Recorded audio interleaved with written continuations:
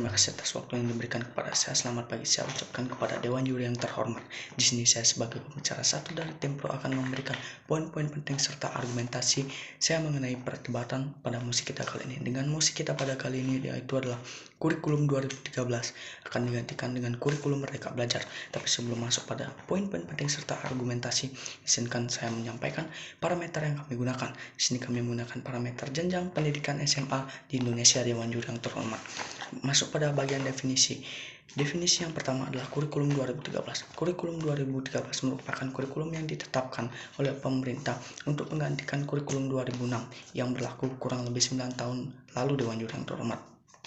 Lalu yang kedua adalah kurikulum Merdeka Belajar. Kurikulum Merdeka Belajar adalah suatu pendekatan yang mengacu pada pembelajaran dan pemilihan bakat dan minat siswa sendiri atau masing-masing siswa Dewan Juri yang terhormat. Ada latar belakang mengapa kami setuju dan yakin pada musik kita pada kali ini adalah kurikulum Merdeka Belajar lebih unggul dibandingkan kurikulum 13 Dewan Juri yang terhormat. Adapun kurikulum 2013 menyangkut tentang penilaian pengetahuan, penilaian sikap dan keterampilan, sedangkan untuk kurikulum Merdeka Belajar itu mencakup tentang soft skill profil pelajar Pancasila, literasi dan numerasi Dewan Juri yang terhormat. Adapun urgensi yang akan saya bawakan di sini adalah semua siswa dan siswi harus dituntut dan harus memenuhi seluruh standarisasi mata pelajaran untuk memenuhi nilai raport Dewan Juri yang terhormat. Adapun mekanisme yang akan saya bawakan di sini untuk menggantikan kurikulum 2013 ke kurikulum Merdeka Belajar, yaitu adalah yang pertama adalah penyuluhan dan sosialisasi ke seluruh siswa seluruh siswa dan sekolah mengenai kurikulum Merdeka Belajar Dewan Juri yang terhormat. Yang kedua adalah uji coba KM sebagai suatu langkah ke depan untuk menuju kurikulum Merdeka Belajar Dewan Juri yang terhormat. Adapun yang ketiga adalah kualitas guru di Indonesia harus ditingkatkan Dewan Juri yang terhormat untuk mendukung perubahan kurikulum dari 2013 ke kurikulum Merdeka Belajar Dewan Juri yang terhormat. Adapun efek jangka panjang dihasilkan dari perubahan kurikulum ini adalah yang pertama adalah profil Pancasila menjadi seimbang Dewan Juri yang terhormat. Yang kedua adalah pendidikan Indonesia lebih maju dan akan setara dengan negara-negara di luar negeri Dewan Juri yang terhormat.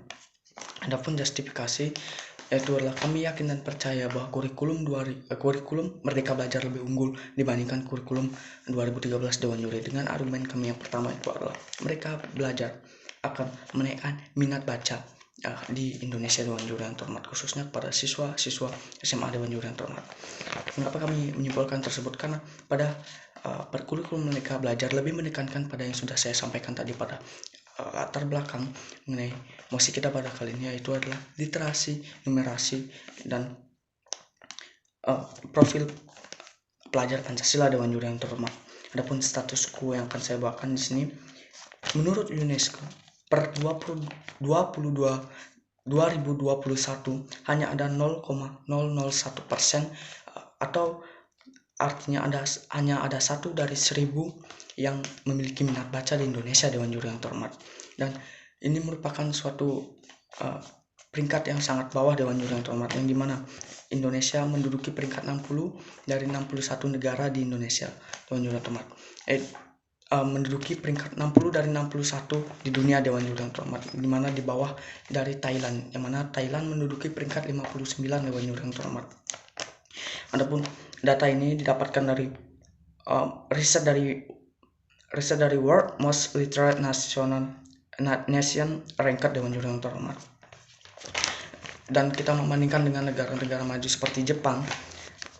Jepang memiliki peringkat ke-7 Dewan Juri yang terhormat. Ada 3.106 perpustakaan di Jepang Dewan Juri yang terhormat. Dan ada 25-26%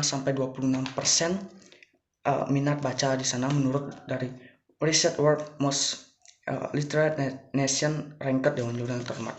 Artinya kita dapat jika kita merubah pada kurikulum Merdeka Belajar, kita akan dapat menaikkan tingkat minat baca di Indonesia Dewan Juri yang terhormat. Bahkan kita akan bisa menyaingi negara-negara Asia Tenggara terlebih dahulu seperti Thailand yang peringkat 59. Mungkin kita akan lebih naik Dewan Juri yang terhormat. Kita bisa melebihi Thailand Dewan Juri yang terhormat, di atas Thailand Dewan Juri yang terhormat. Adapun argumen yang kedua adalah bahwa siswa dan siswi di Indonesia yang khususnya jenjang SMA harus diberikan kebebasan untuk memilih minat dan bakat yang mereka miliki Dewan Juri yang terhormat.